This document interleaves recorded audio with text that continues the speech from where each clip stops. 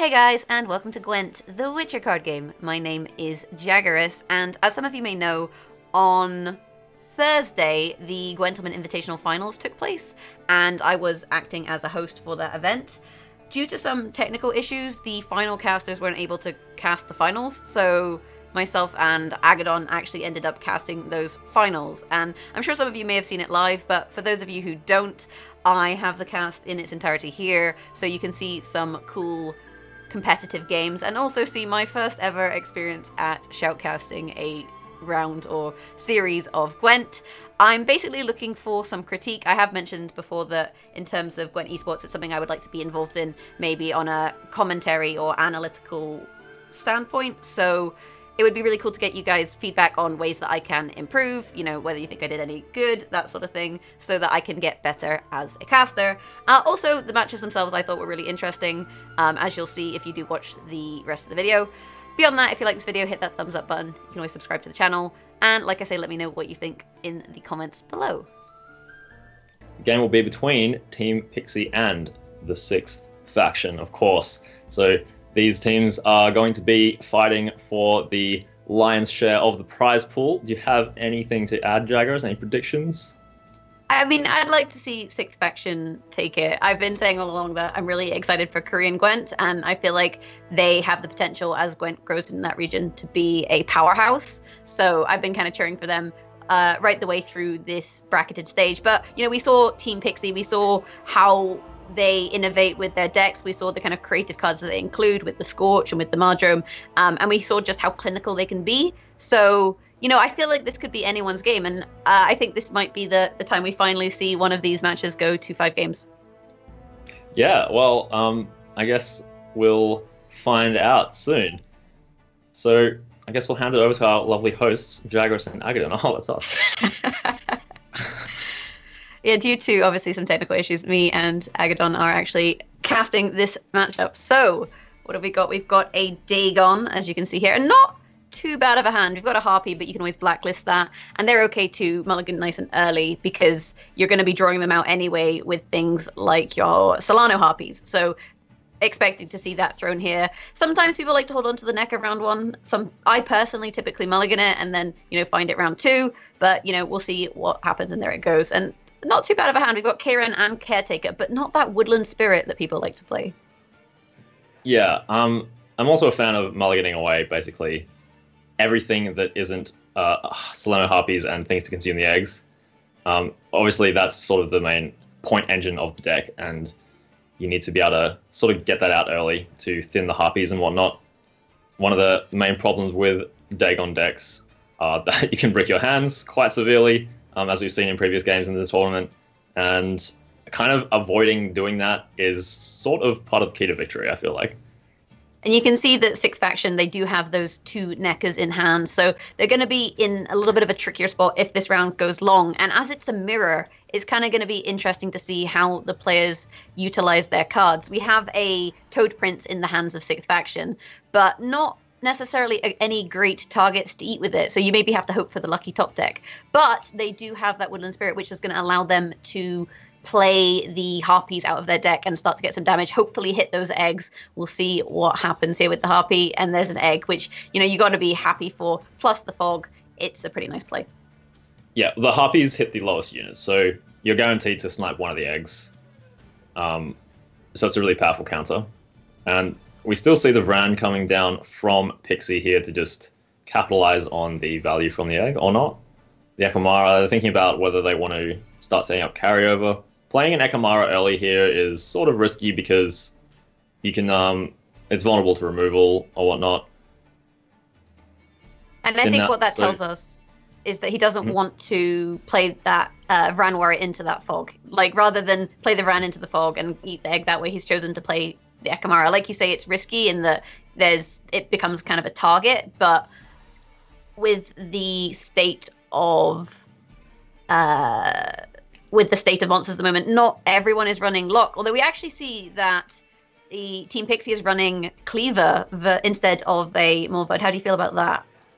I think there's a lot of argument for Cleaver being pretty decent in monsters, because Morvod, a lot of the time you'll actually want to unlock your Neckers with your Lock. And Morvod being a 5 versus Cleaver being a 9 allows you to actually put down reasonable tempo whilst unlocking your Necker to ensure that you have your carryover set up. And you, like in that case, obviously Morbid doesn't get any benefit from the added effect of doing damage to enemies. So Pixie's just going to throw down the Dagon here and start laying down some hurt on the 6th faction's Ekamara, and it being all alone on that row kind of makes it the primary target for that fog. But it still can get hit a few times before it's actually reduced below its base strength anyway. Yeah, I think 6th faction has quite a strong lead here, but you have to wonder, are they going to decide? Because sometimes you do see players do this, is to play both of those fogs into the first round. We don't see any Weather Clear coming out of Team Pixie. You can see the Abaya is in their deck, so they did run it, but they don't have it. So this might be a good round for 6th faction to play that Dagon. Obviously, they don't know that. They're taking a risk here. But if they play that on the back row, they're going to have the same effect. They're going to be able to start whittling away that Ekamara and maybe start to deal more damage to it, which is always good. Yeah, and we see 6th faction dropping the Vran here, and obviously it's important to get that Vran ticking because every 2 turns is an extra 3 points effectively to your Neckers cumulatively. And because each team here only has 1 Vran available, they were sort of testing the waters with the Ekamaras and whatnot, kind of reluctant to throw it down. But now that the 6th faction has their Vran down, they're generating points for their Neckers, and Team Pixie isn't. So Team Pixie either has to think about putting a Vran down or kind of setting up some large tempo or kind of getting out of the round. Yeah, you can see them occasionally hovering that Frightener, maybe thinking about using that to move the Vran Warrior. It is obviously a nice play in that once you move the Vran Warrior onto a different row, it no longer has the targets lined up for it to eat, and you'd have to reposition new targets. But with them already behind, it's also kind of a easy pass then for 6th faction if they want to kind of just leave this round. And you can see instead they've opted for that Rot Fiend play. Yeah, it's interesting. They're playing into the fog so that they don't necessarily have to consume it to activate the Death Wish, I suppose. Maybe it's sort of a long-term insurance strategy. Otherwise, they can just eat it with a Vran or an Ekamara or whatnot to trigger the effect. And it's going to be a fair amount of points as the 6th faction's ranged row is relatively stacked at the moment. Yeah, there are a lot of units on there for that Rot Fiend to hit. The thing is, if you're going to let it die to fog, that's going to take, 6, 7, possibly 8 rounds with the 2 Harpies on the board.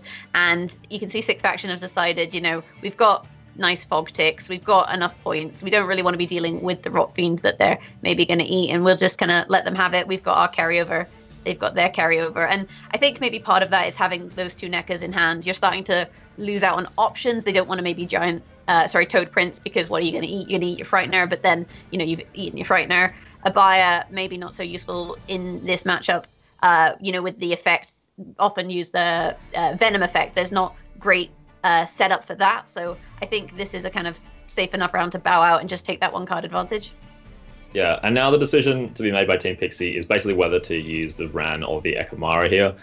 Using the Vran is a big commitment because you don't really have a point engine for future rounds. And you don't have a way to sustainably buff up your Neckers. But committing the Ekamara here, which is what they end up going with, means that you've committed basically all of your carryover to 1 round.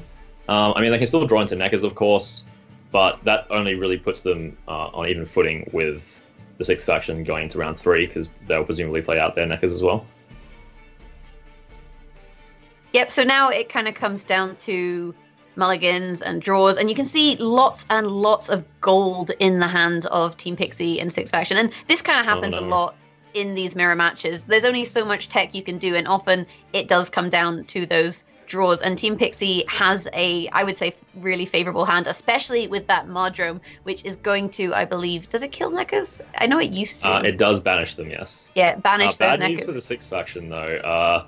Drawing that Harpy means that they couldn't mulligan away. Well, they ended up mulliganing away a Necker, but they now have a sort of dead 4-drop in hand, basically. And it's a shame because it was on one tick left on the timer as well. Yeah, it is hard to see. They could potentially, hold it until the final round, but the question is, what are Team Pixie going to do into this round? And as they have more carryover, I feel like this is a round that they're going to, maybe want to play into a little bit. They have a nice hand. They've got that Mardrome, so they can kind of deal with Sixth Faction's carryover, which they totally see coming because, this is a Dagon matchup. So if I were them, I would play into this round and basically, wait until they play that NECA, clear it up, and then just try and win the final round with carryover, even though you're playing into this round 1 card down. Yeah, and they do have the Frightener, so in their mind they can sort of fix that card advantage situation a little bit, but obviously the Sixth Faction has access to theirs also, and they do go with the line of play of playing into this round. They want to get their Vran down. They know that at the current stage, the Sixth Faction's NECAs are slightly bigger based on how many consumes have happened, so they want to get their Vran down, start consuming, start getting their NECAs big, and then basically try and lean on that as a bit of a win condition going into round 3. Yeah, I think so. I think with this matchup, we've got the weather clear on the side of Sixth Faction, which is nice to maybe remove some points from the Foglet when it comes out. But we've seen the fog already committed. They don't have Woodland Spirit in hand, so that's only 8 value. I mean, you've got the Graveyard Grief, and Graveyard Grief can be really interesting in this matchup because if you have Caretaker, then you can kind of throw away targets that you don't want your opponent to caretake, or you can put targets into their graveyard that you would like to have access to with Caretaker. So you can actually try and find yourself, say, a Vran Warrior or a Harpy or what have you, whenever you like, by using those Griffins. So even though he maybe doesn't have value in that Griffin in terms of weather clear, we should see some value in it, maybe with the graveyard switching. Yeah, and we might see some sort of epic ninja play where the Team Pixie's Gravekeeper gets denied some value or something. Have to see how that plays out. This is a really early NECA throwdown by Sixth Faction, so they're pretty confident that it's not going to get controlled in any way by the looks of things. And Team Pixie are going to throw their Spy here, which makes sense to do in this round. And they draw another Vran. That's not really something you want to see in this situation. You already have 1 down. You don't really have many targets that you can feed to the second Vran. There's potentially the option to Caretaker a Soleno Harpy and feed the Vran some eggs or something for some extra value. But I mean, the question then becomes, what did you want to see? Potentially Doragari for that Drowner play, because, the back row is getting pretty stacked. They've got the Marigolds in hand, so there's always a nice synergy there. You can draw Woodland Spirit with the Gales, and then you've got either a Buyer or Cleaver. I mean, how useful is Cleaver going to be in terms of lock targets when you have that Mardrome ready for the NECAs? The other lock targets that you see typically is the Vran Warrior, but we haven't seen any of those, and there's none in hand.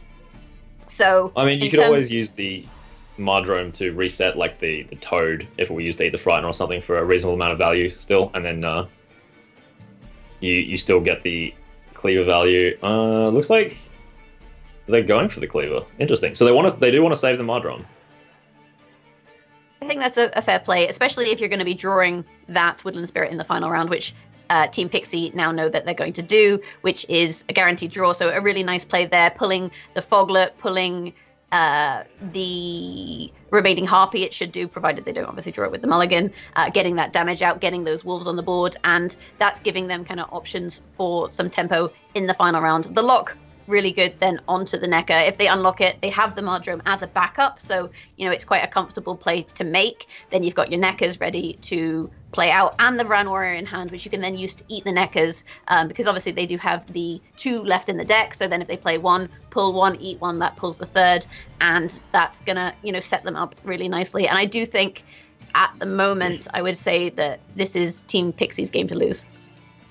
Yeah, well, the Frightener does come down from Sixth Faction just to respond to the card advantage situation, I suppose, and they're stacking up that back row in case they need to use the Hailstorm this round. It's likely, or probably not going to be too useful next round, as next round's looking very short, so they probably want to kind of get it out of their hand while they can, try and sort of get a win on even cards if they can. And the Hailstorm from Team Pixie won't be quite as powerful, as the rows of Sixth Faction aren't as stacked at the moment, but the Sixth Faction has a lot of cards that they don't really get a lot out of at the moment, so if Team Pixie decide to push here, they could potentially go a few cards up, or maybe 1 or 2 cards up, and maybe 2-0, depending on what the Toad pulls into. Yeah, I think this is a nice round to push into. I mean, obviously, Team Pixie can't see Sixth Faction's hand, but they can see their own hand, and their hand is very comfortable. Seeing that Hailstorm there, I guess, is kind of telling. I would say that Sixth Faction doesn't have a lot in their hand, 6 cards, and they felt that that was the point at which they were going to play Hailstorm. And you're completely right. The Ekamara, you can eat an egg, you can get the bonus 4 from that. But you're not getting any extra points on that NECA because it's locked. You get the 6 carryover, but they have a 9 NECA sitting there, so you're not even keeping up to date with them and their carryover. And you it almost gets to the point where you've got to start to rely on lucky Toad top decks. And they can eat the Griffin. Griffins I really like because they're an option to eat if you don't draw your Manticore or whatever it is you tend to want to play with the Toad Prince. So they have that option. But then as soon as they eat the Griffin, the Woodland Spirit, the Team Pixie is drawing on the next round, then gains even more value.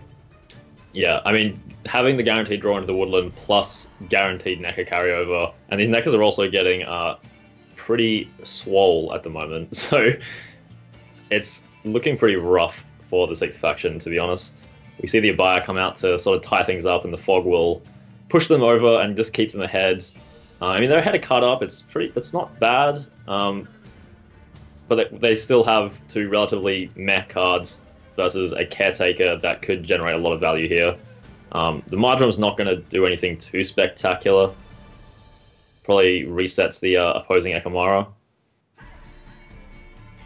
Yeah, so the decision then here is, do you want to play into the round, or do you want to wait with this and, wait to see some of these targets go into the graveyard, say the Abaya, for example. But you're not really going to see units stacked up this in the next round because there's so few cards remaining. So potentially it's worth just going in like this and dropping out those eggs, getting them eaten up, stacking up your Vran Warriors, and just putting more and more pressure on the Sixth Faction. Because I feel like in the way that they've been playing, they have been signaling that their hand isn't maybe the best.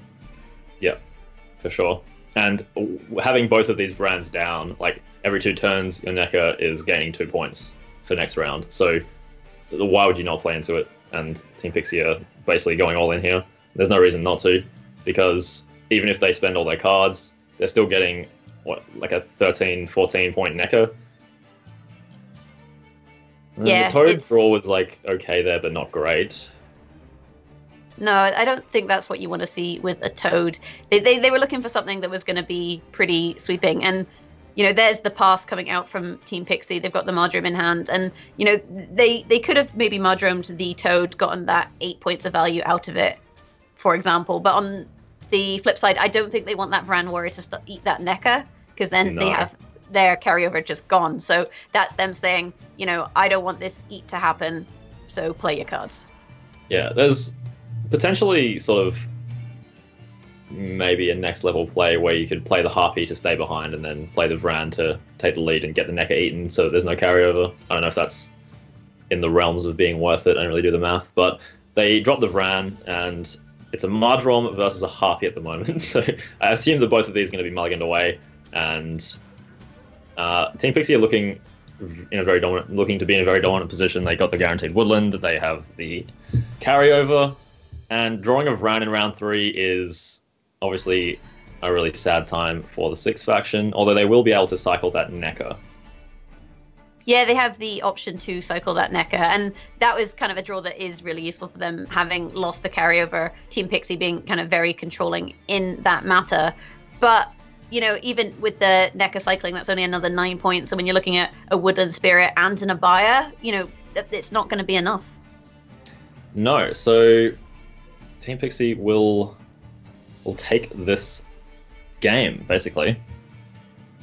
And, this is just kind of goes to show with Team Pixie the kind of level of play that they have, the kind of changes that they've made to their decks, the creativity that they have in the cards that they play. Yes, with this sort of mirror, it does come down a lot to top decks. You're running a deck that bricks quite easily. You've got 3 NECAs, you've often got 3 Harpies, you've got a Foglet, you want none of them. This is definitely a risky deck to play. And the mirror, it could have gone either way, I think, depending on how the draws went. I don't feel like necessarily this was down to Sixth Faction's lack of skill, although I will say that I think Team Pixie with their Mardrum, for example, were kind of ready for this mirror more so than sixth faction. Well, having said that, the Mardrom didn't really achieve any value in the end. But yeah, Team Pixie seems to opt for this sort of more control-y tech choices in their decks. And obviously, that sort of speaks to their playstyle a little bit. They like to be in control of the situation, and they were definitely in control of that game. You can see that in terms of the bans, they weren't really... the rest of the kind of Dagon matches, a lot of them being banned out. Brewer versus Dagon, banned. Radovid versus Dagon, banned. Calvé versus Dagon, banned. Like, people do not want to see Dagon. They're more comfortable, I guess, going into, say, Northern Realms and the Scoia'tael. Maybe we'll see... We did see Calvé on there, so maybe we'll see some Nilfgaard. But here we have an Ithne versus a Hensel. How do you feel about this? Well, seeing these 3 siege supports in the hand is a bit awkward for the Henselt player, because you obviously want to kind of be Henselting them out if possible. The matchup in general, I would say that it's kind of not really heavily favored one way or the other. Both of these decks sort of benefit from long rounds. Obviously, the Ethne deck wants to be buffing up Farseers and Dolbethana Protectors. Henselt wants to just slam lots and lots of things on the board.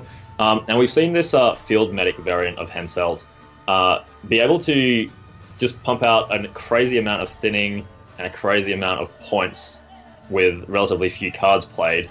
And that may be enough to sort of overcome the raw power that the Ethne deck can put out in terms of its Farseers and its boosts. Yeah, I think with Henselt here, you know, the interesting thing, there's the just the straight pass that you actually often see with Ethne. They like to have card advantage. They're like, we're just not going to play round 1. You can play something, and you can see them hovering that 1 point, Reaver Scout, thinking, you know what, maybe we'll just throw this out. The thing is, whatever they play here, they maybe have to be aware of not having access to that with Henselt, but then they have Shani and Naneki in hand, so they're more or less safe to play whatever they like. And having Henselt available for a future round means playing something like a Kidweni, like a Reaver Scout, whatever, is kind of safe because you can bring it back, and also you've got those tempo plays with the Henselt, so it's kind of okay to play more or less whatever here because, you know, you can always bring it back, and that's pretty nice. Saying that, 6th faction Ethne, a lot of control. We're going to see probably a lot of Alzur's Thunders, so you can guarantee that they're going to be trying to deny those Henselt targets left, right, and center. And this is where it gets interesting because you have to see who comes out on top, especially with Team Pixie having that Shani and that Naneki in hand. Yeah, now do you think we'll see a pass coming out here? Usually this sort of deck, especially with the siege supports, does want a long round 3. But as you mentioned, they are probably aware that a lot of their sort of synergies are going to be controlled. And then in that case, do you really want to be playing a long round 3 against an Ethne who's just dropping fat Farseers and whatnot?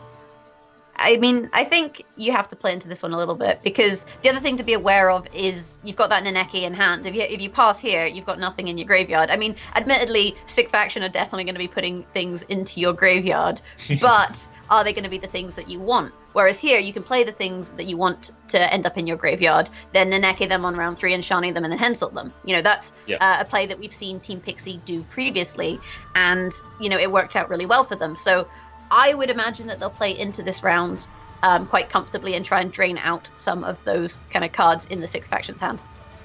Yep, and we do see the siege support coming down, which is basically a declaration of prepare yourself, this one's going to go long. The 6th faction just kind of says no to that, though, and just zaps that straight off the board. The other thing is that because there's a DJ in hand, you want to sort of thin before you spin. A lot of the time, so that you can kind of guarantee a bit more value from your DJ. So, and also with the Scorch being in hand, a long round is kind of okay because you're going to get a gigantic Farseer Scorch off at some point, or if the stars align, perhaps a double Scorch, or maybe even a triple Scorch. And you see that there is a rally that I don't think the 6th faction wanted. You're looking for your Farseers there.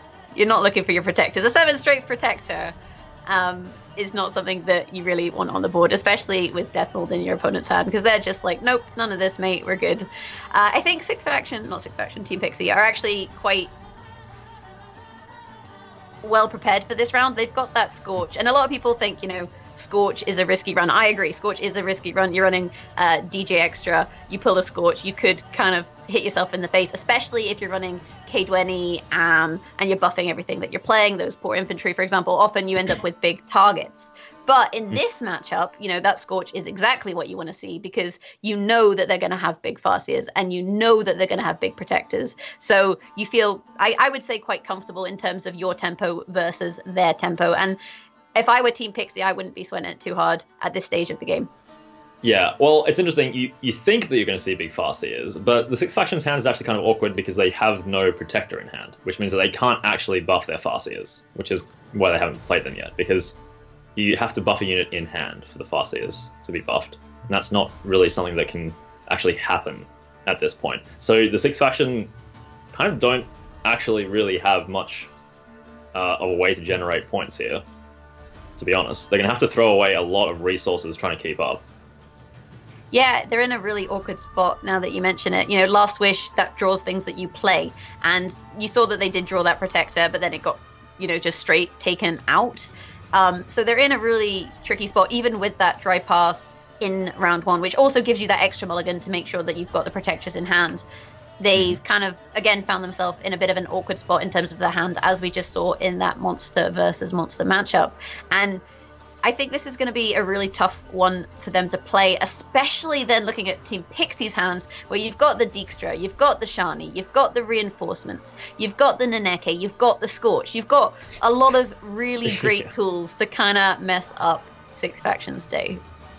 Yeah, and we're going to see Field Medic wombo combo here, hopefully. I kind of like to see the Field Medic into Reaver Scout into Field Medic kind of thing.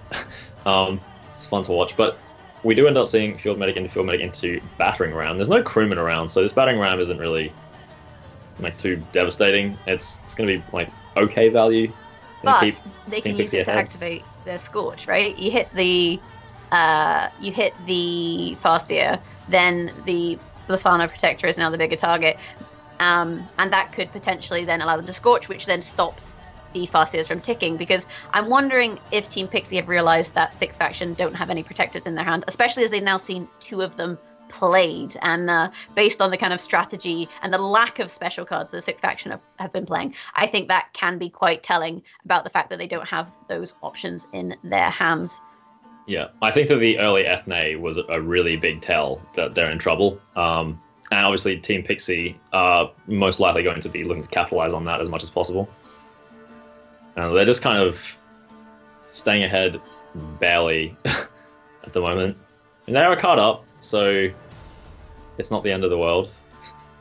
I mean, it's not the end of the world. That is... I don't know. I feel like at this point it might just be... You know, we've got the Protector on the board, so that's then getting buffed, and that is an ally. So with the Farseer buffs if you boost a unit in your hand or on the board, not in your deck. So you need those Protectors either in your hand or on the board. And while they've got one on the board now, and that's kind of nice and safe for them, I don't know how long that is going to last. And potentially what I think Team Pixie will do here is hold off and wait, because that Farseer is getting 2 points per round, right? That Protector is getting 1. So if they play a single spell here, those two are both going to be on the same number of points. And I think they're both going to be worth 12, as you can see here. So suddenly, you know, that Scorch is looking a lot hotter than it was previously. Yeah, I think if the Scorch happens here, it's kind of GG, maybe, because that Protector is sort of the last straw in terms of the point-generating engine, the Sixth Faction. And if it's taken out, they are then forced, which it is, they're now going to be forced to possibly Alzas out their last Protector, get a Farseer down, and then that's their last Protector. And then how do they win round 3? So it's not looking good for them at all. Yeah, and I think this is just teams not expecting Scorch. You know, this is something that I 100% would have taken that Scorch. You know, 24-point Scorch, killing their Farseer, killing their Protector, stopping that kind of point generation from ticking over is just exactly what Team Pixie wants to do here. And, you know, if I'm Sixth Faction at this point, I'm almost, you know, trying to make a plan for the next game, because you've lost those points. You don't have a lot of options in terms of what you want to play. I mean, yes, you can Glace, and I believe you can pull the reinforcements from that.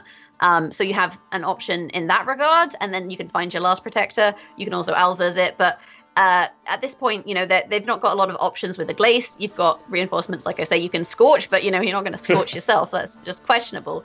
You wait out. Well, I mean, at this point, it's looking like an okay play, to be honest. I mean, at this point, if I were them, maybe you just Scorch yourself and go for that prize of, misplay of the tournament, because there is a prize involved for the most interesting, silly, creative, what have you, play in TGI. So maybe you go for that one and then go for the grand prize in a later match. But then going 2-0 down is got to be very disheartening, because then you're going to need that reverse sweep. Yeah, and we see Team Pixie have sort of had enough here. They've got all the 3 protectors out, and they're like, we're happy with that, we'll take it. They're going to just pass, and 16 points is pretty significant, a pretty significant margin to make up here for the 6th faction. They're going to have to go a card down. I mean, what's their plan here? Like a Farseer and then the Hailstorm, maybe? I mean, you could go a Glace, reinforcements, but what have they got left in their deck? They've already played one of their Mercs. I think they've played 2 Farseers, so you could maybe go for the Farseer, like the 9, but then you only get an 8. A 9 and 8, that's 17. I think that's just enough. Well, that would be just enough. Yeah, 17 is just enough. But that's obviously, we're assuming, I think they've only played the 1 Farseer, so you would expect there to be 1 more in the deck. So yeah, I think they possibly could have taken that with 1 card if they'd gone for the Aglace play. But then if you go for the Aglace play, you can't then take their Commander's Horn, which they're probably going to play. So, well, I don't know. I mean, do you want to take the Commander's Horn? How are you going to have enough targets to get a reasonable amount of value out of it? I don't really see that the Aglace is going to do a whole lot next round, to be honest, at all. So maybe that Aglace Reinforcements Farseer would have been the better play to also give you even cards, because them going cards down, no protectors, Shani, Dijkstra, Naneke, Henselt, Commander's Horn. This is just, it's kind of devastating to see. And you must imagine 6th faction are just hoping that, they've got a bad hand. That's what you've got to hope. You've got to hope that Northern Realms has a bad hand, but Northern Realms is Northern Realms, and they have lots of thinning. They have loads of fantastic tempo cards, And they don't even think about the mulligan here. They're just like, yep, we're good with this. And you know what else is devastating? Your mispronunciation of DJ Extra. Okay, fine. I apologize. I will give DJ his due credence. So we've got a Drought, and we've got a Artifact Compression, but there's not necessarily going to be. I don't feel like there's going to be, one big target that you want to get rid of with that. I guess you hold it and you wait for their Henselt target, right? Well, that's the thing. It's actually just going to deny the Henselt, basically. You would assume that the Shaniing a siege support here, perhaps, after Naneke, I don't know. They have so many options that it's kind of hard to nail down a line of play. Like, they'll all kind of work. So yeah, Naneke, they've got options. and it is going to be siege supports. Yeah, but even if that gets denied, you've got the Shani to pull something, and then you can use Henselt. Even if it's not for 2 cards, maybe Henselt just for the 1 draw. They're still going to see value in this Henselt, even with what 6th faction have. And I guess with the Drought, they're hoping that Team Pixie will stack a row and that they'll get some value out of Marigolds. I mean, we would expect to see Team Pixie to stack a row because there's a Drought and because they have a Commander's Horn in hand. It makes sense to stack a few units, but I don't think it's going to be enough for 6th faction. I think it's going to be very difficult for them, especially with that Aglace, not having a lot of great options to pull. Yeah. I mean, this Farseer isn't really... It's an 8. It's never getting any more points than that. The Aglaeus, as you say, isn't really going to hit anything great. And the Hailstorm value is kind of being cannibalized by the other removal at the moment. Oh, and, Eskel. Yeah, DJ into Eskel siege support is more than enough. The Reaver Scout can still be used to pull a siege support. Henselt's not really useful. Either the Reaver Scout here or Henselt is dead, but it possibly doesn't really matter. Yeah, you're definitely not getting value out of 1. Ooh, you're not getting that much value out of either. I guess now they're just targets for Commander's Horn, right? You just stack them up. I think with the Commander's Horn, it's not gonna. That Marigold's Hailstorm. I don't think it's going to be enough for sixth faction because they have to play it now, and then you play the. Interesting. The play draft's that. gonna keep ticking though, and that's not enough. Sad times. They kind of pulled that back to a reasonably close margin, honestly. 5 points considering that they had to burn out basically all of their win conditions in round 2. That's a pretty good showing. It was kind of inevitable that Pixie were going to take that, but they brought it back a little bit in the end, so that was an interesting game. Yeah, I think so. I think considering how, just bleak it looked in round 2, they did give it a fair, they had a fair go at it. They did really kind of try to bring that back. I think with the Dijkstra, we didn't get anything in terms of targets for Hensel. I'm not sure exactly what they had left in the deck. I think they only had one of a lot of things, but maybe Battering if rams. you just managed, battering rams, that was probably what they were looking for there. So losing that was a little bit painful, but the Commander's Horn is just, you toot and you win, and that's kind of how it's going to go down. So 2-0 down. What do you think? Do you think sixth faction can claw it back for game 3? They do get to pick the match. That's how this works. So if you lose a matchup in Strike, I believe you then pick the next matchup that you go into until eventually all 5 are played, or one team gets 3 points. So they've picked their Henselt into... Oh, it's a Henselt mirror. Yeah, so... It's interesting. I think that only one of these decks is running Field Medics. I might be getting that wrong. We know that Team Pixie are running Field Medics. I don't believe we've seen sixth faction's deck at all, and we don't know who is currently mulliganing here. I think it's Gravekeeper. It says Grave Fever over on the left. I have no idea. Yeah, so that would have been, I believe, Crash Overlord. So that would have been, my bad, that would have been Pixie's mulligan. So we know Pixie are running Field Medics. We don't know if sixth faction are running Field Medics. We don't know exactly what they've gone for with their strategy, but we have seen this Henselt deck be really dominant by Team Pixie, both in the semi-finals and now here in the finals, one game already. So, this might be GG for the sixth faction.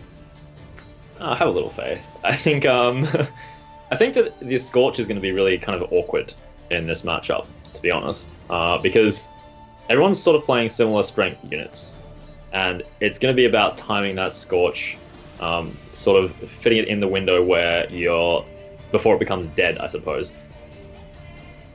Yeah, and sixth faction know about that Scorch. They got burned. They got super burned in the last game, Oh, yeah.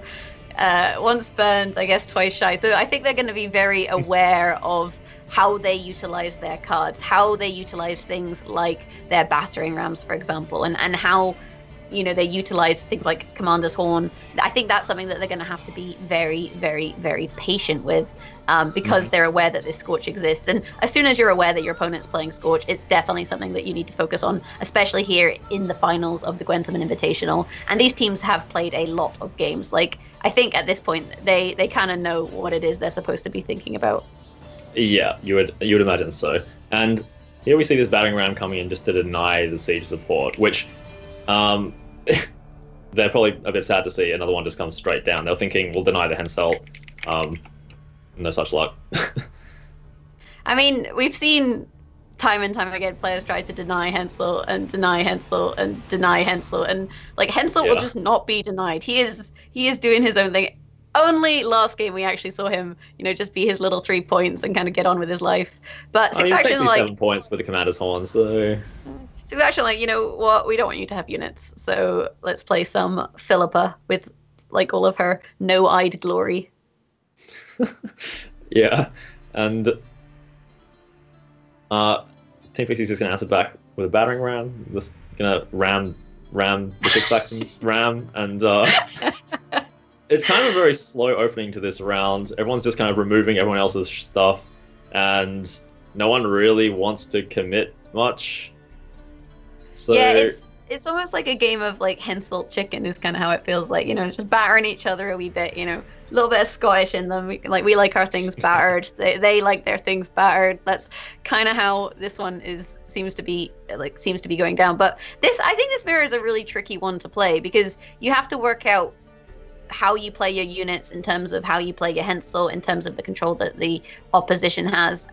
Fortunately, I don't think the Six Factions hand is completely terrible this game around. So hopefully we'll see, now that they've had some decent draws, they'll get a chance to shine maybe. But you can see they've actually opted for the Blue Stripe Commandos rather than the Field Medics. How do you feel about that? I mean, they're just solid, right? They've been a staple for God knows how long, and you can't really go too wrong with them. They're the only kind of cards that you don't want to draw in this sort of deck, so I don't think you're kind of bricking your hands overly by having them. The Hensel and the Battering Rams here coming in from Team Pixie is pretty devastating. That's quite a big point swing, utilizing the crewman on the Hensel to get the max value out of these Rams. Yeah, and especially once Six Faction put down all of those, delicious 3-strength targets. I think that is, the time when you're like, let's just go for this and let's just, start to get some points on the board and start to kind of get this round moving. Yeah, it's interesting that the PFIs are usually kind of point engines for this deck in combination with siege supports, but the siege supports have, for the most part, been casualties of war so far. So Pixie's PFI is relatively meh at the moment. I mean, it's just going to be the flat 10 points. You say meh, and then you say 10 points. Well, I mean, in this kind of day and age where 30-point bronzes are not an uncommon sight. Okay, so Henselt's coming down for the Six Faction, pulling out the siege supports, and now, in contrast, their PFIs are going to be worth, what, like 10 plus a lot? 19. 3 plus 3 plus 3, 19, right? Yeah, so, but you know about that Scorch, so I guess with PFI it's okay because you get a 6 and then you get 2 2s. So you'll have a 9, basically. And whilst the 9 will be the biggest unit on the board, if they want a Scorch, the Scorch is just a 9.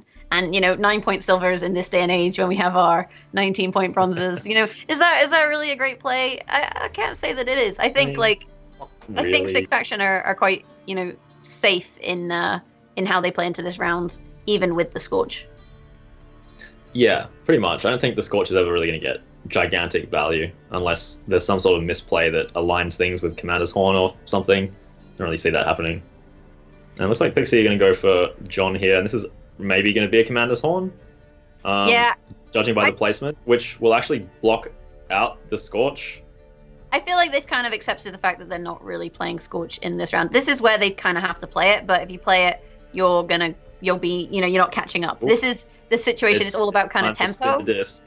Yeah, and they want to get that. They want to get some tempo plays here. Fortunately for them, Stennis is a nice tempo play into a PFI, which is going to get a little bit of love from that K20. It's not like Six Factions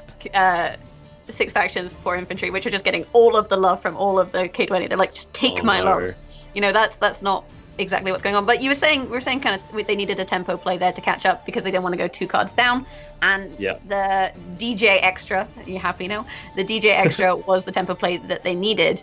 But now you don't have Stennis. Now you don't have Eskel. You've got a lot of tempo, but you've got Shani in deck, you've got Naneki in deck, but you need to find them. Well, the thing is that there's still a lot of bronzes in deck. Comparative to how many cards are left in the deck. So, yeah, it might be a little tough. You still have John to thin a little bit. Still kind of think the Six Faction are just going to get carried through this round by the multiple siege supports. It's just too many points to really deal with. Yeah, I think so. And the thing is, if you look at that middle row as well, if they do choose to play the Commander's Horn, the highest unit on that row is a 7. So it's not even a situation where if they Commander's Horn, suddenly multiple Scorch targets pop up. That's not going to be the case at all. And you see them pulling a Dun Banana there, a Dun Banana heavy cavalry, I believe it is. Yeah. How do you feel about, so this is then the thing, field medics versus Dun Bananas? Well, I mean, the Dun Banana plus the Stennis there was just a casual 20-point play, which, is a bit like too powerful maybe for a bronze. But the Scorch is activated by that play, which actually gives Team Pixie another kind of look into the round, perhaps. A 15-point silver is not terrible. However, the Hailstorm from Sixth Faction on the front row is going to be quite large, or whichever row ends up being Commander's Horn. So realistically, the Sixth Faction are going to win this round. Yeah, and you can tell they feel quite comfortable with it, just playing out their cards. They've got the Dijkstra, they've got the Marigolds. I'd imagine what they'll go for here is probably... I think they'll go for the Marigolds because you're not going to get good value out of it in a future round. And Dijkstra is, this round. It's such a good tempo play. So you want to hold him as well. So in both senses of the world, like, you want to play Marigolds because this is when you're going to get value on it. And you don't want to play Dijkstra because he's going to be huge on the next round. So... Yep. And you can see Team Pixie they've had enough. Well, they can't play the Scorch. They're still behind, so they are forced out of the round, basically. And it kind of feels bad to lose on even, but that's sometimes that's just the way it is. So we see a Trollolo, that's pretty powerful if there's more dumb bananas coming, and Pixie's hand is kind of a non-factor if the Sixth Faction can get the easiest tour of their life here, potentially. I mean, they've opted to hold on to that Scorch, which I think is interesting. It's right because they have a Trollolo, right? So, you can just kill Trollolo. Is it though? I mean, it's a 0-point card in that instance, right? You remove the it's a net negative, but you're stopping your opponent from shinying a dumb banana. So I think it's useful in this situation. Naneke is coming out, and they're going to have to, I guess, put some things into their deck. But if you put things into your deck, you're reducing the chance of drawing that shiny, which is, a really nice play here. I guess in this situation, you want to put in stuff like Stennis, where if you draw them, you're going to get maybe some more value out of it than just its base value. You have 2 Reaver Scouts left in the deck and nothing to pull with them.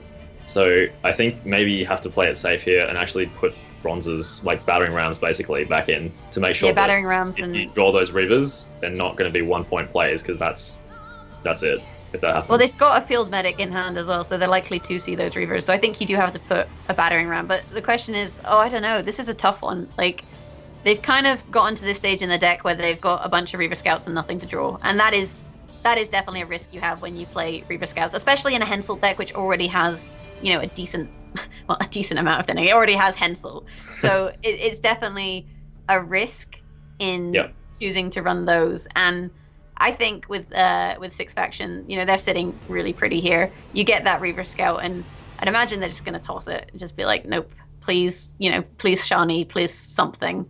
But that is anything else is better.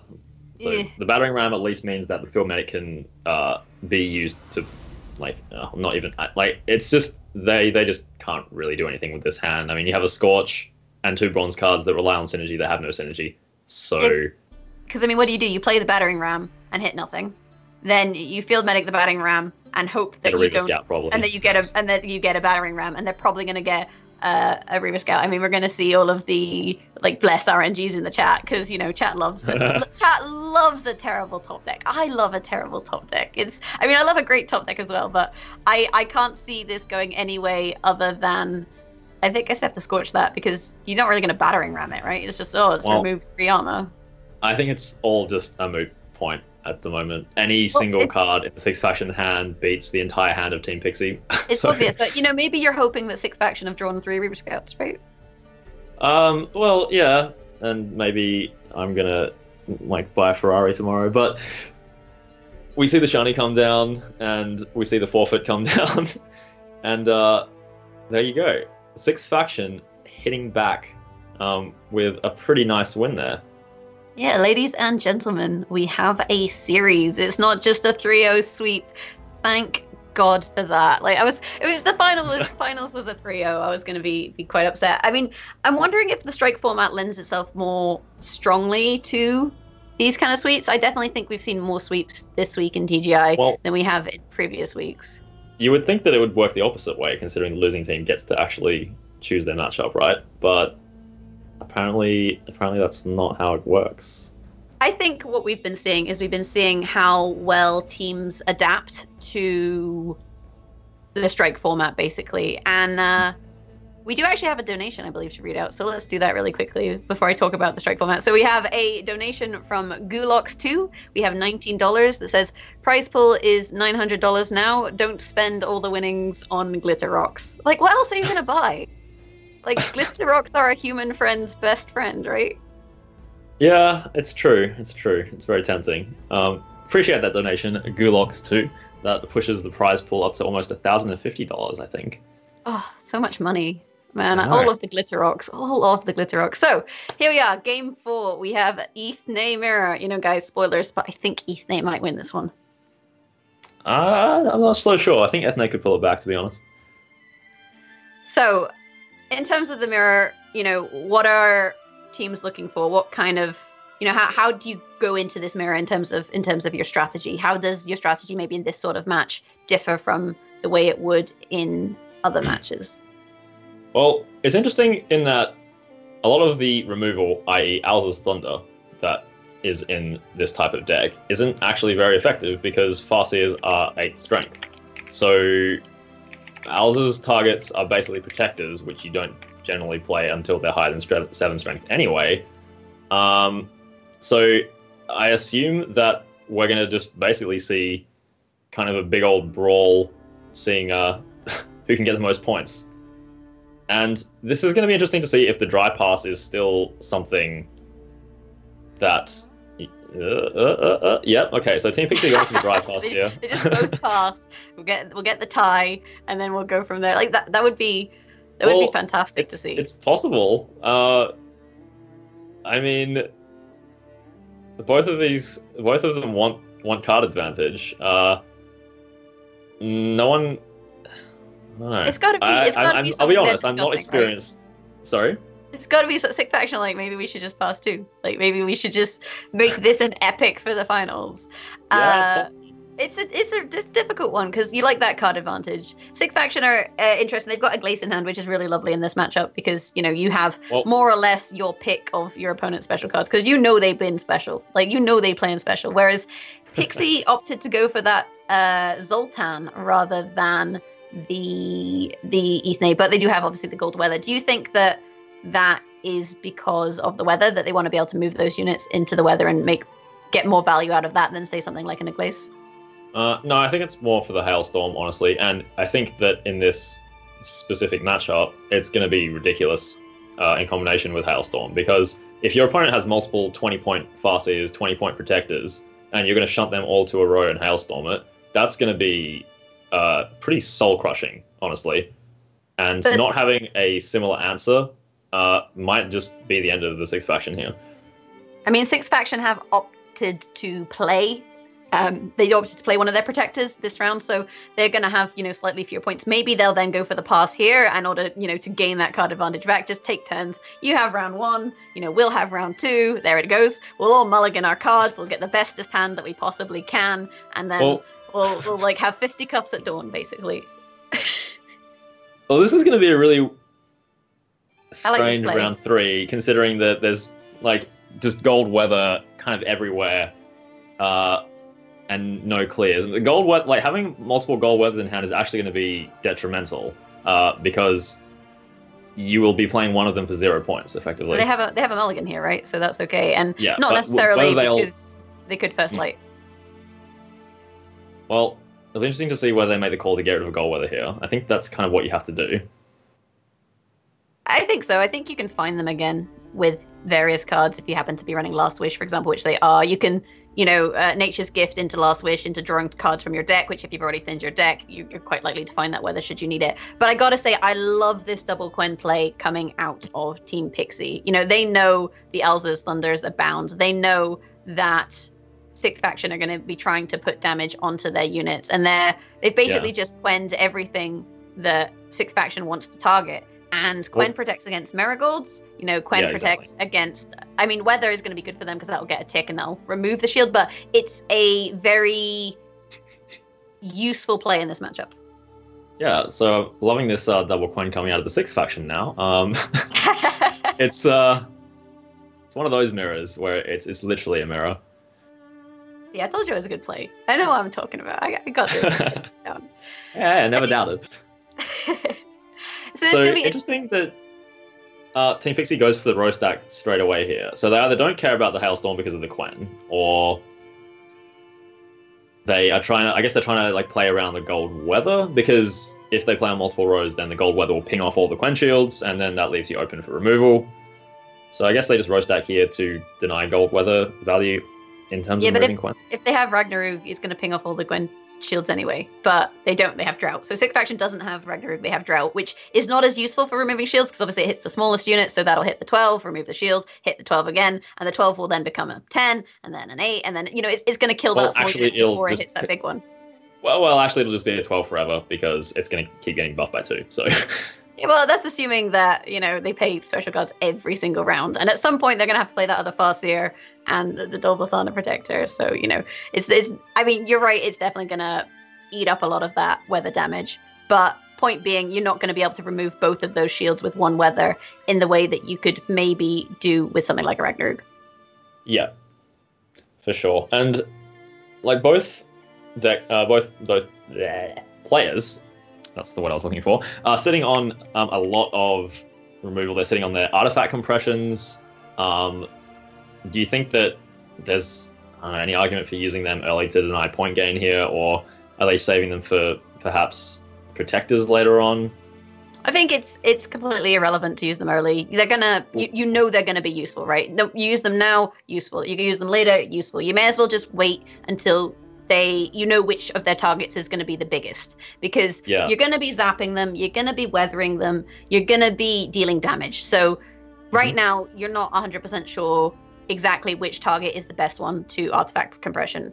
Whereas if you just wait a little bit, then it's guaranteed maximum for you, right? Yeah, exactly. You're kind of safer. I wouldn't play them now. I'd be looking at thinning my deck.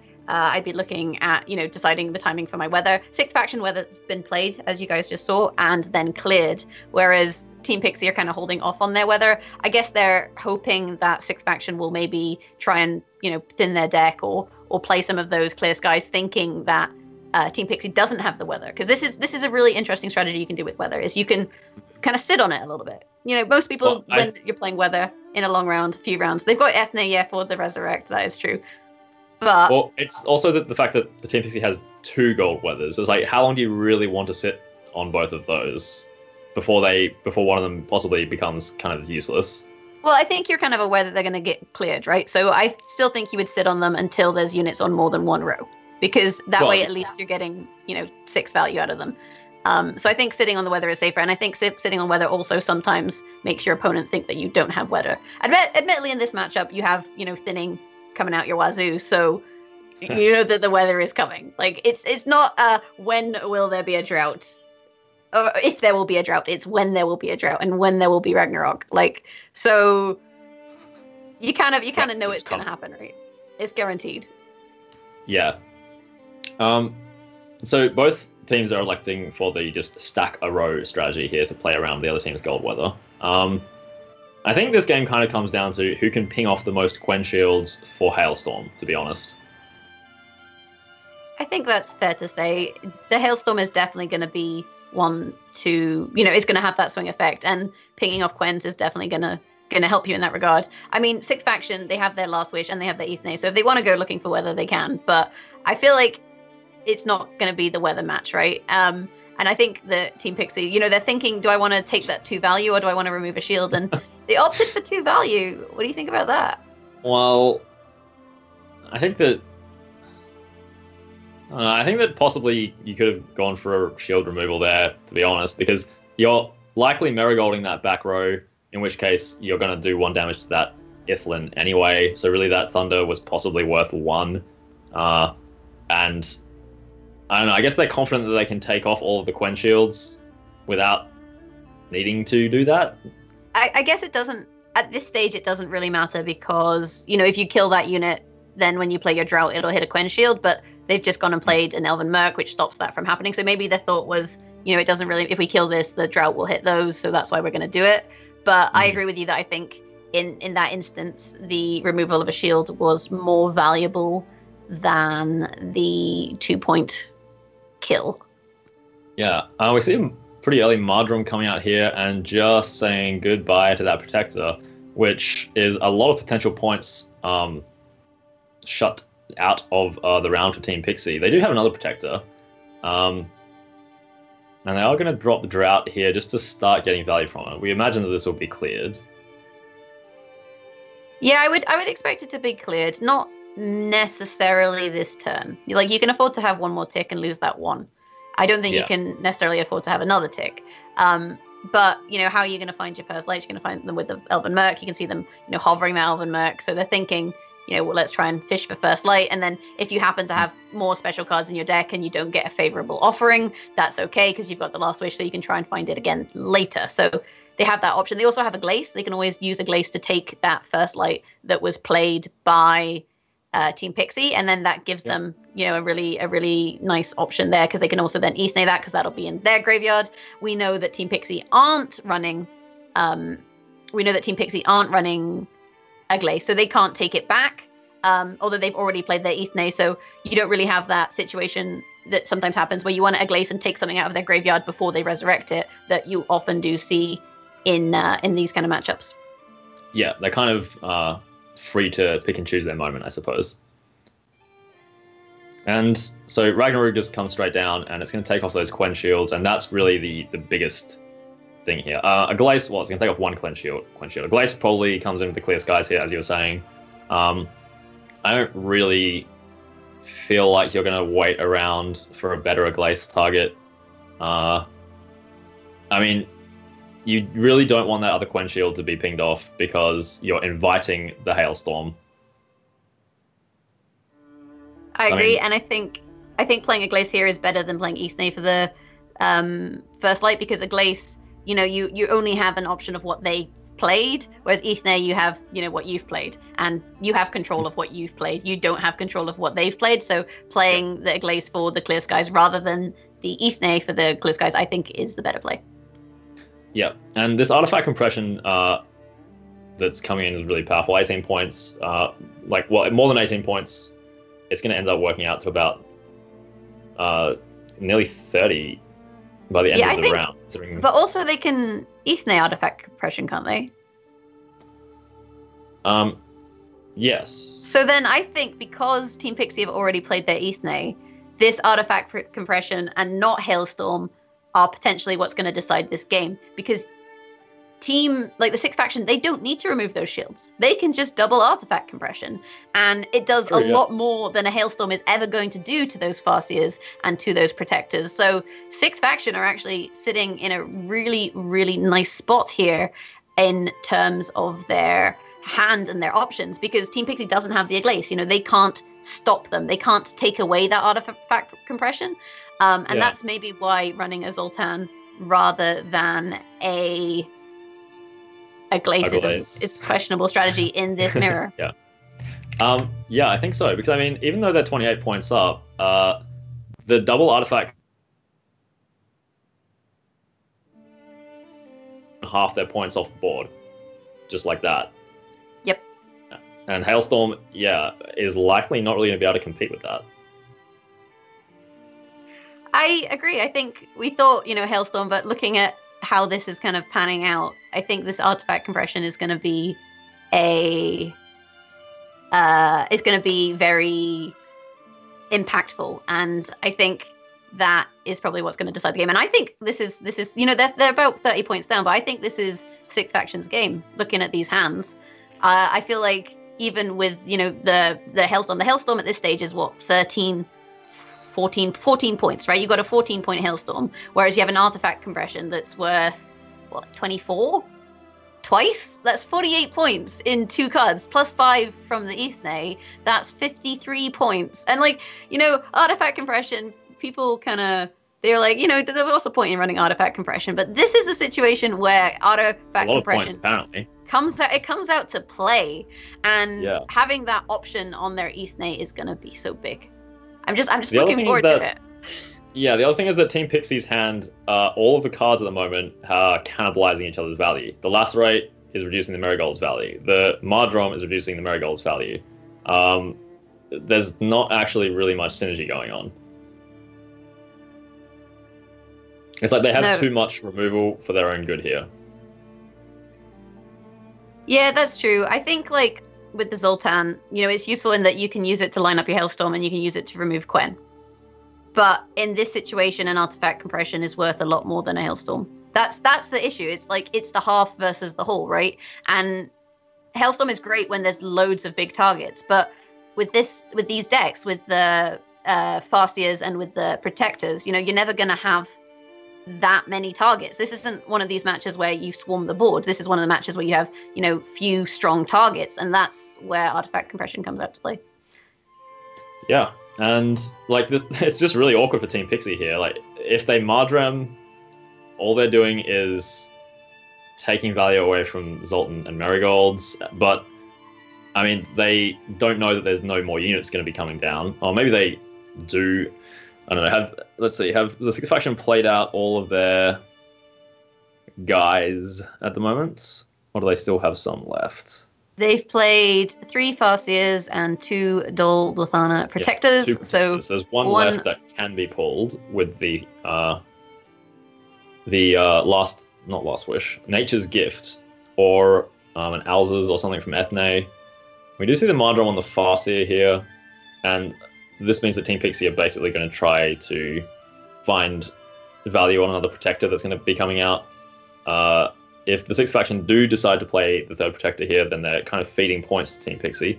I'm wondering why they're holding onto the artifact compression so heavily. The targets for it are fairly obvious at this point, and I guess they're maybe scared of the Aglace. They might not be aware that it's not run. I guess they're just looking for... Like, that has to be it, right? So, but then the question is, do you put another unit on the board which gives Team Pixie more targets, or do you play the compression? And they're opting to play the compression here, which I agree is like the right call. The risk was in the Aglace and giving them that option, but it turns out that that's not a risk that actually exists. Yeah, and that's a gigantic swing. It takes them to within 7 points just like that. And then replaying that on the other Farseer is going to be enough, I think. The Hailstorm's going to be worth a fair amount, but we do have another Protector to see from the Sixth Faction. That will be 15 plus points. I think they're just going straight for the Ethne artifact compression here. You would, just in case it's a Glaze. Although I think at this stage it's not, because you've seen all of their gold cards, right? You've seen all the just gold, seen Zoltan, Yeah, I think the Marigolds is going to be about 23, but this artifact compression is going to be 26 plus 5 from the Ethne, so 31. And then if you pull that last buffed up Protector, I think that is quite clearly enough points for Sixth Faction. You see them 53 to 34 here. So even with a 23 point, I think it's about 23 or maybe 24 point at this stage now. 25, yeah. You've got 7 points down, but I'm pretty sure this Nature's Gift, they've got something in there. They've got that last Protector, and they should have something to find it. Yeah, well, even if they just have any spell, it's gonna buff up their dudes. Man, look at that Marigold's value on those on those artifacts. They sure got shown there, that 1 hull damage. You guys, 5 games. This is getting pretty hype. Korea's you might have Hensel, but we have artifact compression. Look at our little figurines. So 2-2, and this is kind of what you want to see in the grand final. It's kind of all coming down to ride on this one game now. Yep, this is the decider, and I'm really glad that we got 5 games here. I think we've seen some really good plays. I think Sixth Faction, they definitely had some bad luck early on with their draws in the first 2 series, but these last 2 games especially, I think, have been really kind of closely fought. And I think it could go either way here. Team Pixie, playing really well, showing really innovative decks, but Sixth Faction, don't judge them because they're pretty decent too. So who do you think's got it? Come on, place your bets in this Dagon versus Henselt matchup. Could go either way. I'm gonna go with Sixth Faction, honestly. See, I think Henselt will take it. I think Sixth Faction, I don't know. This is so draw dependent for them, and Dagon is a deck that definitely can and does mess up, right? But this is the moment, though. This is the time. Surely they can break through the wall of bad luck. But we've seen this Hensel deck perform so well in the last few games. In every game that we've seen Team Pixie play, this Hensel has, it's pretty much turned up. Even in that game where they got no value out of Hensel and no value out of a Reaver Hunter, they still managed to win it. Although, how do you feel about Six Factions Hand? Well, it's not golden, terrible, right? and that's generally what you look for when you're playing this deck. But they've got no golds. I mean, they've not got, it's not Harpies and Neckers, but there's no gold cards either. Yeah, I don't know. Golds are overrated. It's fine. I mean, the thing is that they have the Selenos and they have a lot of consume, which means that they're going to be able to set up pretty big neckers. The Vran isn't going to be able to be controlled by anything that Team Pixie can throw down. Eskel can't kill it because it's boosted, of course. It'll take too long to kill it with battering rams. It'll out-consume the amount of damage that it's taking. So, and there's no locks or anything. There's a Mardrom. Is there a Mardrom anywhere for Team Pixie? Nope. That would be the only real answer to the Necker, potentially. But the thing is, similarly, there's no answers in Six Factions Hand, right? Like, Team Pixie can do what they like here. Well, they don't have that K round that you'd love to see to eat the Kidweni. They just kind of have to accept the fact that there's gonna be, 3 Kidwenis in this match. Like, how are they gonna stop that? They're not, and you can see them opting to play the Frightener and draw, which means I'm taking this as we don't want to play this round, right? This is so risky. Especially with the Harpies. Out. Yep, Harpies, Neckers, and Foglets. Oh my. Yeah. Hi, my name is Dorothy. That was a terrifying play to make, to be honest. I don't know. That was really risky. I'm not really sure I agree with that. I don't know why they wouldn't just set the Vran up here, to be honest. Like, I guess they're thinking that they're just going to get out of the rounds, and so they don't have to play around into a bunch of Kidwenis. But why not get the Kidwenis out first, I suppose? Yeah, I can understand that. Let them play the Kidwenis. As it is, Team Pixie actually has the third Kidweni in hand, so they're not going to be committing their Hensel yet. And I feel like this did give Six Factions kind of strategy away. This says, this is a very, very clear signal. Six Faction is saying, we don't want to play this round. Like, that is all it says to me. They're like, here's our Frightener, penciled out all your Kidweni, and then we'll maybe go from here. I would say it's a fairly clear signal, but then now that it's happened, they maybe have to play into it. I think they were more just concerned with reversing the coin flip, to be honest. And then now they've done that, they're going to start setting up their point engines.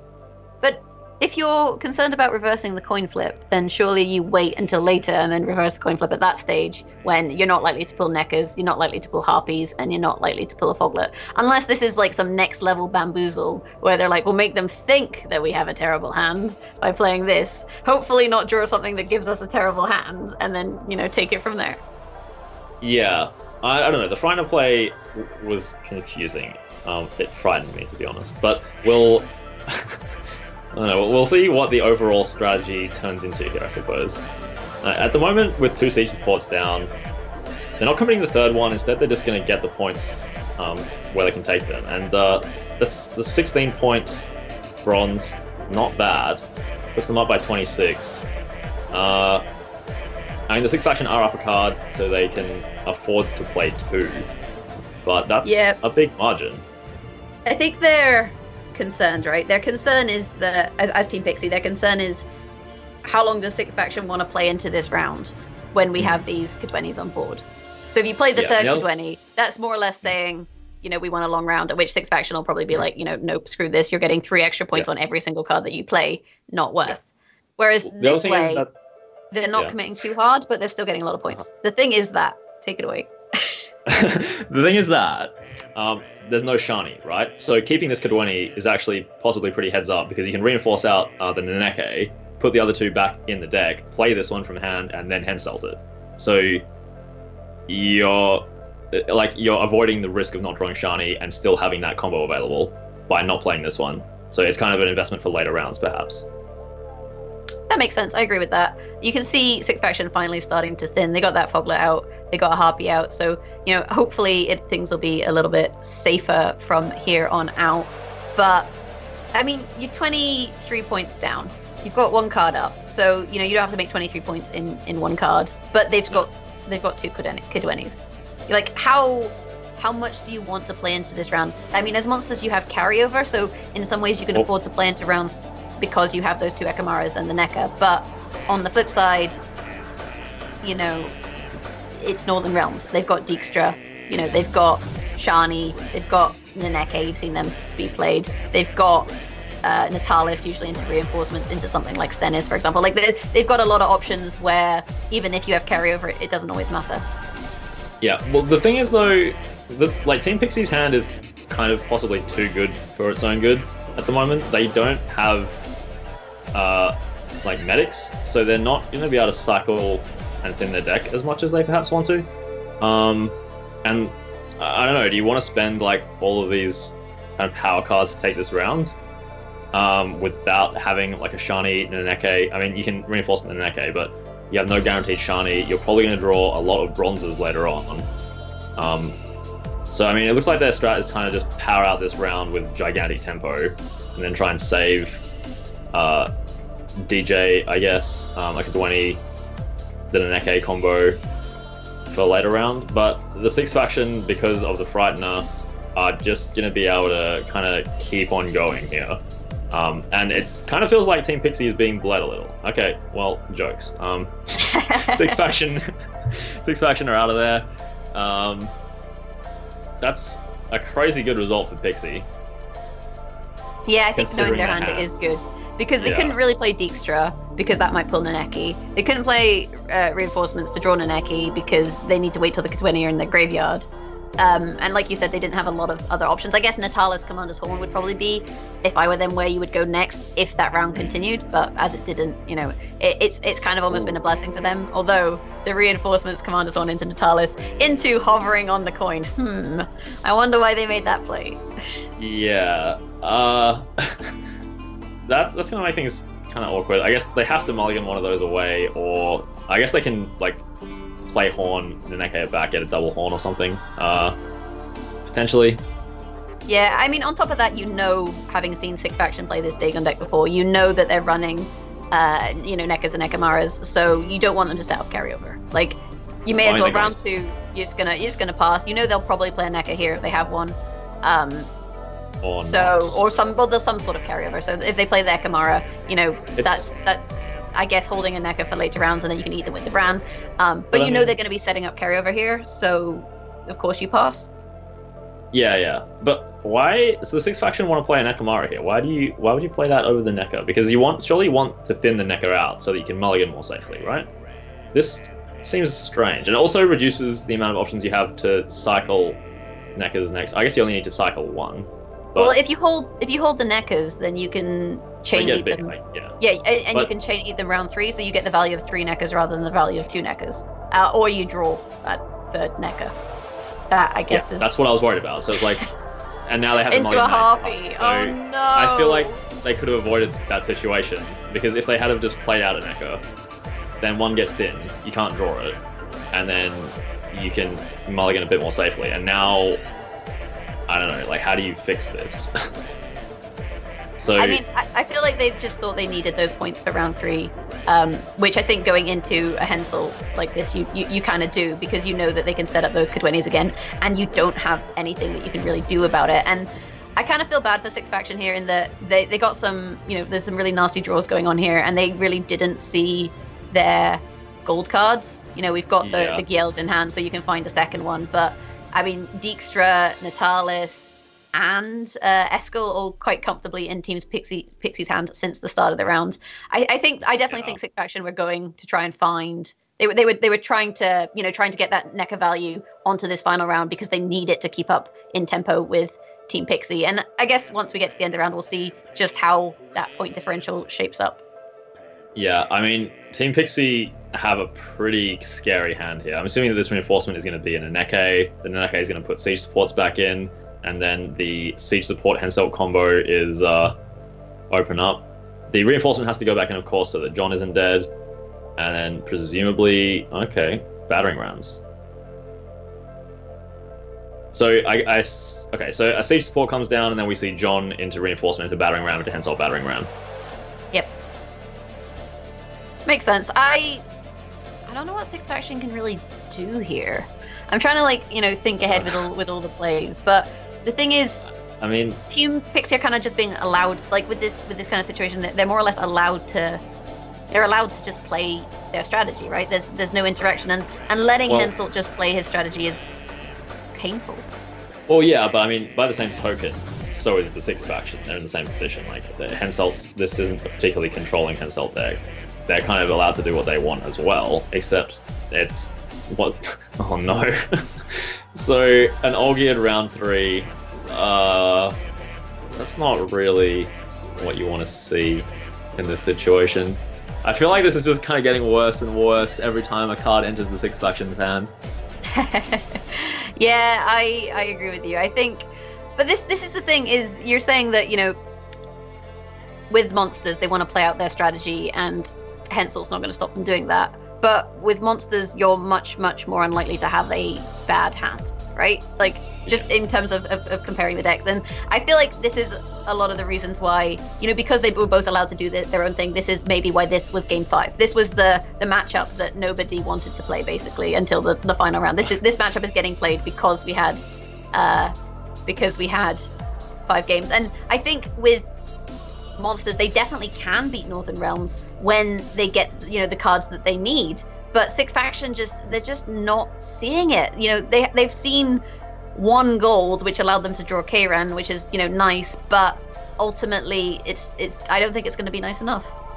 No, I don't think so. I think also this Ran is just sitting in hand, which could have been points on these Neckers. I think that you probably needed to put the Ran down early to try and get as much out of it as you can. I guess maybe because there's only 1, and therefore you only have 1 opportunity to cycle Neckers, maybe you're kind of wary to do that, but like with a hand like this, you kind of need to be eking out every point you can get. Yeah, but I don't think you can do that with a Rant Warrior knowing they're running Scorch.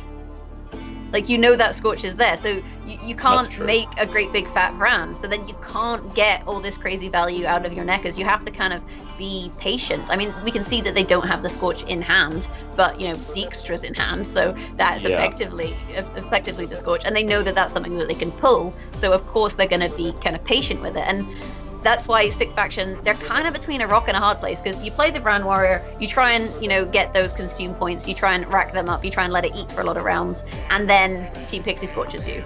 Or you don't do it, you don't get those points, you don't get tempo, and you lose. Like you either have to go for tempo and hope that they don't get the scorch, or wait and then not get points. I think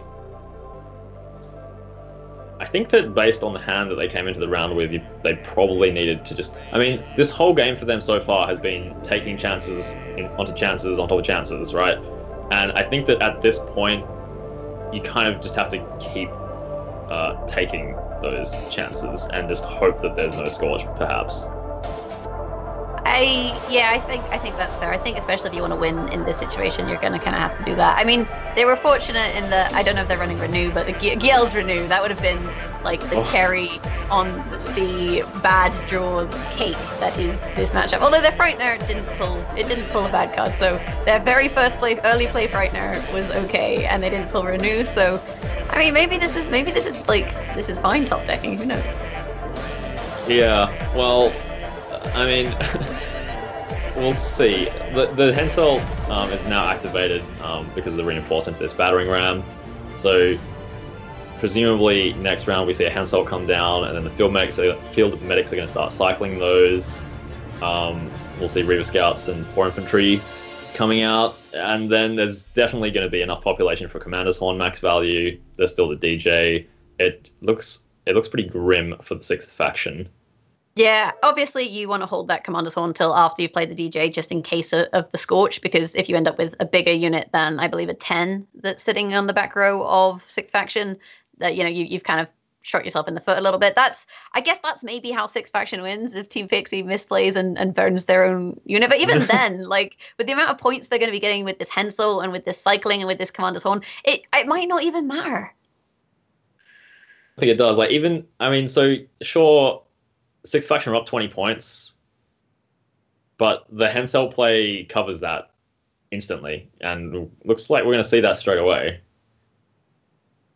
Yeah, the Hensel play more than makes up for that. You've got the 7, 8, 9, 10 plus the Hensel, so that's a 4, but it's a 2, so 4. So 7 and 4, 11, 8, 9, 10 plus 7, 17. It's a lot of points. It's a lot of points. Was done. They're now ahead. It's Witcher 2 Assassin of Kings, apparently. Yeah, guys, you should play Witcher 2, by the way, in case you didn't know that was something that exists. Okay. It's just some shameless CDPR self-promotion. So we see a buyer here. It's fine. It's almost max value. It keeps them ahead. I mean, they're down a card and only slightly ahead. It's never really enough. And the field mate's just going to come out and straight heal that battering ram and reactivate its deploy, basically. How does a medic even heal a battering ram?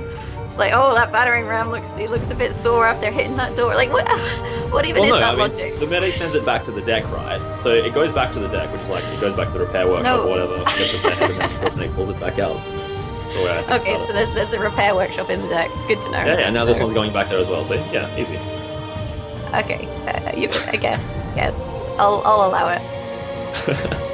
gotta keep all the equipment in tip-top shape, you know? You can see with positioning that Team Pixie are wary of miracles. Yeah, they're electing to sort of gimp their horn value a bit just to make sure that they don't get slugged for too many points. Realistically, it doesn't really matter. I mean, Sixth Faction just can't even get ahead, and they're behind on cards, and there's these two Scorch, please, Scorch. I've got all my fingers crossed and my toes. I'm so ready for it. Like, there's 2 10s. They just need to be burned. It's like, as soon as you see something like that, you know, it just needs to happen. And this is why I'm saying they need to play the DJ before they play the Commander's Horn in case of that Scorch Ball. Come on. Yeah, and they're very aware of that. Oh, and I'm so upset. Instead, they're just gonna pull out the Horde here. It gives them the Sixth Faction a decent marigold, but it instantly gets countered point for point by the Commander's Horn. So yeah, I mean that's not what you wanted to draw there at all. That kind of fed right into their marigolds. In terms of the DJ extras, you know, that wasn't the most extra of DJs, but Commander's Horn there, it doesn't matter. They were only turned out to be 29 points. Oh my god, all of those 10s. That hurts me. Yeah. The 9, whatever. Rounding. They weren't like that far behind, but I'm so upset about those 10s. And Witcher 2 is apparently really important, you guys. So there we go. That is it. Done, dusted. Team Pixie, the reigning champions. Yep, so Team Pixie take the finals in a epically fought 3-2. I feel bad for Sixth Faction. I think they really showed up for Korean Gwent, and I feel like they really kind of gave it their bad. There were some really, you know, upsetting draws that we saw in some of the games that they lost, but that's not to say that, you know, Team Pixie only won because Sixth Faction maybe had some bad draws. Like Team Pixie, the double infantry at the end there wasn't what they wanted to see. You know, sometimes it just doesn't happen with stuff like with DJ or with these decks that are very kind of mulligan dependent. And all in all, I thought it was a great set to watch. I had a really great time, you know, casting with you. I thought this was, you know, pretty fun, and I think, you know, well done to both teams. I think both teams kind of really had a good go at it. And congratulations to Team Pixie, who are our like TGI winners. But that's not it, you guys. That is not it, because turns out dun dun dun, and like Commander's Horn 2. That was my, like, you know, drum roll noise. Turns out that there is in fact the ultimate finish, as the victors of TGI have actually earned the right to compete in a one-of-a-kind show match against Team Rethas, which unsurprisingly is led by Rethas himself. which has been dubbed the ultimate TGI final boss, coming soon to the Gwentlemen channel. Stay tuned for a date soon, TM, at some point. Yeah, and the action doesn't end there, however. There's also the upcoming Gwentlemen's Open, which is taking place on September 30th through to October 1st. So that's just over a week away, and signups are open. I'm not sure if we can get a link in the chat, perhaps. And that is we got like multiple links, yeah. And that's a $250 prize pool. So, you know, not too bad, not too shabby. It's open to anyone, I believe. So if you feel like, you know, you want to put your best foot forward, then get in there. Yeah, I think so. And I think overall TGI has been a really fun event for me as a viewer. How did you find you played? How did that work out for you? Yeah, I've played, I've hosted, I've casted, kind of had the full trifecta, I guess. It was a great experience, and I guess we can kind of combine this with the shout outs. Shout outs to Gwentlemen for putting on the tournament. Obviously, a lot of work went into organizing the whole thing, and a lot of work went in terms of mediators and admins every week. You know, multiple people showing up to make it all happen. And it's been a great experience as a player, caster, and host. Yeah, it's been fantastic. I mean, I'm sure the people at home would love to know about Naneke and our good friend Ailerin, but maybe that's a story that you want to tell them another time, potentially. But yeah, so honestly, shout outs to Gwentlemen. It's obviously been lovely for them to have us here on the host. This obviously was a impromptu cast by both me and Aggedon. We did not know that we were casting today. Obviously some technical difficulties, which we apologize for, but definitely keep an eye out for future Gwentlemen Invitationals. I think this has been a great opportunity for players to shine. I think we've really seen that in the 6th faction and Korean Gwent. I would love to see a tournament that is maybe regionally based, where like a Gwent World Cup or something. That's something I think I would get behind. And I think the viewers at home would too. So obviously thanks to them. Shout outs to chat for being here and critiquing everything. You know, it's great to have people tuning in and week out and following these games. If there's, you know, feedback you'd like to give us or whatnot, you can always try and contact someone at Gwentlemen, either in the chat or through something like Twitter. Shout outs to Lurtz behind the scenes. He did have his power cut, but everything worked out. Who else? CDPR, obviously, for making this fantastic game, and Rethaz for providing us with our TGI final boss. Keep an eye out for that. Gwentlemen, like we said, TGO, Gwentlemen Open. If you want to participate in tournaments, that is something to sign up for. And shout outs to all of our donators. And there is still a little tiny bit of time to donate. If you want to support the prize pool, if you've enjoyed the tournament, you can always donate. 100% of the money goes to the prize pool for the players. I think that's about it, isn't it? I guess so. I guess that about covers anything. I hope that everyone has enjoyed the tournament, players, viewers alike. And I guess we will see you next time. Stay tuned for more action. Bye. Bye.